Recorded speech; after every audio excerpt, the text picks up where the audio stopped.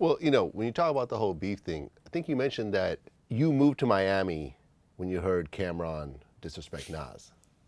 You just said, I can't do New York I anymore. mean, every crackhead, they take that last pull and then they go sober. You know what I mean? So that was the last piece of crack, New York crack for me.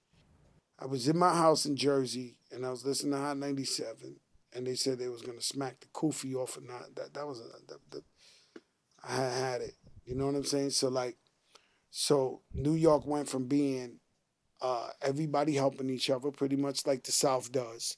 Everybody was down with each other, digging in the crates. I'd be in Black Moon's video, or Black Sheep's video. I'd be in, we just supporting each other. Like Atlanta does now.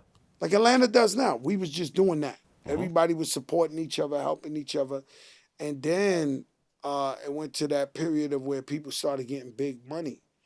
And in this industry, it's like everybody rushes to be an asshole.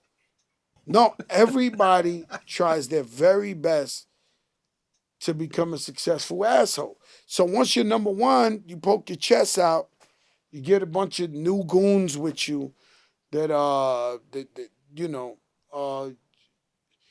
you get on stage and you act like the biggest asshole when you win rapper of the year. Now we gotta, you the same motherfucker I've been watching for the last 5-6 years, regular quiet nigga. You know what I'm saying? And now we supposed to say, all right, you made some hit records. You're the new tough killer nigga around here. You got a new crew around you. We ain't buying that shit. You know what I'm saying? So what happened was in New York, everybody started getting big money and everybody started being like, yo, I'm iller than you. I'm better than you. I'm bigger than you. Jay-Z said some shit like that on his last album. He said, you rather sign to the nigga than make money with me. Right, yeah. I You thought of you. rather get I robbed. actually thought of you when I heard that line, and I'm like, That had nothing to do with no, I me. know it had nothing to do with you, but it just, it showed how you signed with him because it was a better business Happened to decision. me. Yeah. It's happened to me with friends. I've had deals with friends. I have offered deals with friends. See, I'm independent. I put up my own money. I own my own masters. I am actually in control of my destiny, career-wise, right? So when I take a friend I love, say a Boogie, and I tell him before he signs to Atlantic, I'm telling him, yo, I could hook you up with the plug. You own your own masters.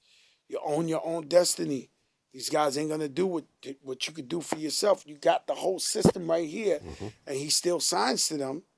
And then I don't know what his contracts is or whatever the case may be, but I know he don't own his own masters.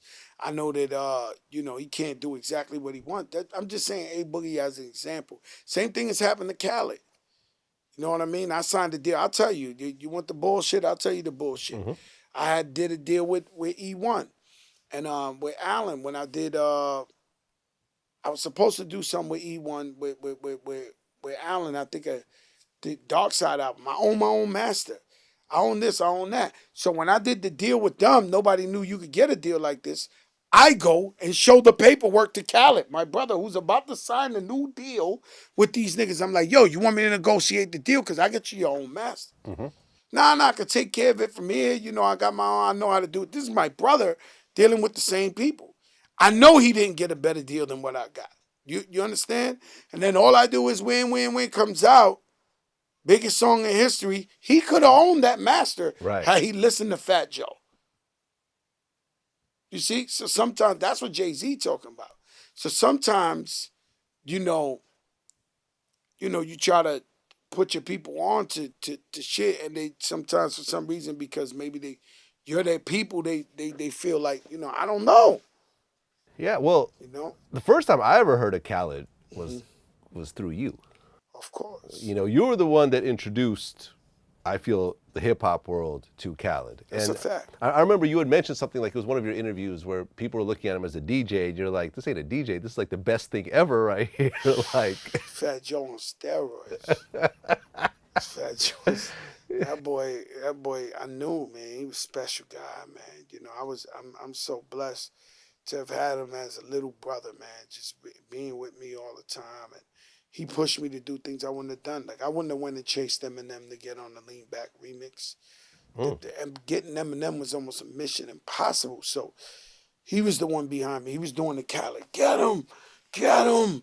You could do it. Get him. So he was pushing me like, and I got him. You know what I'm saying? But, you know, that was the Khaled 101. Now, Khaled to go get an alien to rap with Justin Bieber. Like, he don't give a fuck. So Yeah. it's like, you know, he was the guy behind me, like, pushing me to do certain things that I normally wasn't comfortable with. Yeah, and look at Khaled now, man. He's reinvented himself He's the into biggest guy in the game. God knows what. Like, I don't even know what you would even call him. Like, It's a Snapchat superstar. Yo, like his son looks like Michael Jackson. His son is yeah, his son is now like, you know, Assad. I'd rather follow Assad than DJ Khaled. I'm Team Assad. your team aside. So he gets these pictures. He come today, he put up one. He was looking out the car window. I'm like, oh my God, he's so beautiful. This kid is beautiful, man. I mean, that's what I'm trying to tell you. Yeah. Nobody knows where the future goes. Yeah. Khaled had a kid. The kid is probably richer than us. Me and you, Vlad. Like probably. The kid is making money. Like he's just like he got his own Rolex. He got to bring the kid.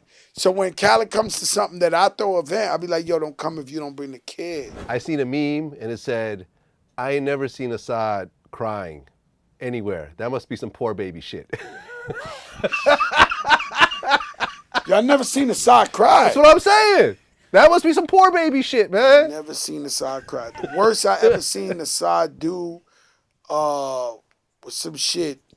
My daughter, you know, my daughter's his god sister. So she tried to get his attention. He was like, no, that's the only time I ever seen that. Like, this kid is like the perfect kid. He just said no for a second. Like, that's it. Other than that, he's smiling, laughing at everybody, running around. Like, you know, that's where strong parenting comes in, man. You know, don't matter where you start from. If you love your kids and you on your kids and you show them so much love and attention, they know when they loved. You know what I mean? Even people, just relationships and everybody. People feel so much better with knowing you got their back and that you love them and stuff like that. You know what I mean? So that's where the kids' sense of happiness and running around is, you know?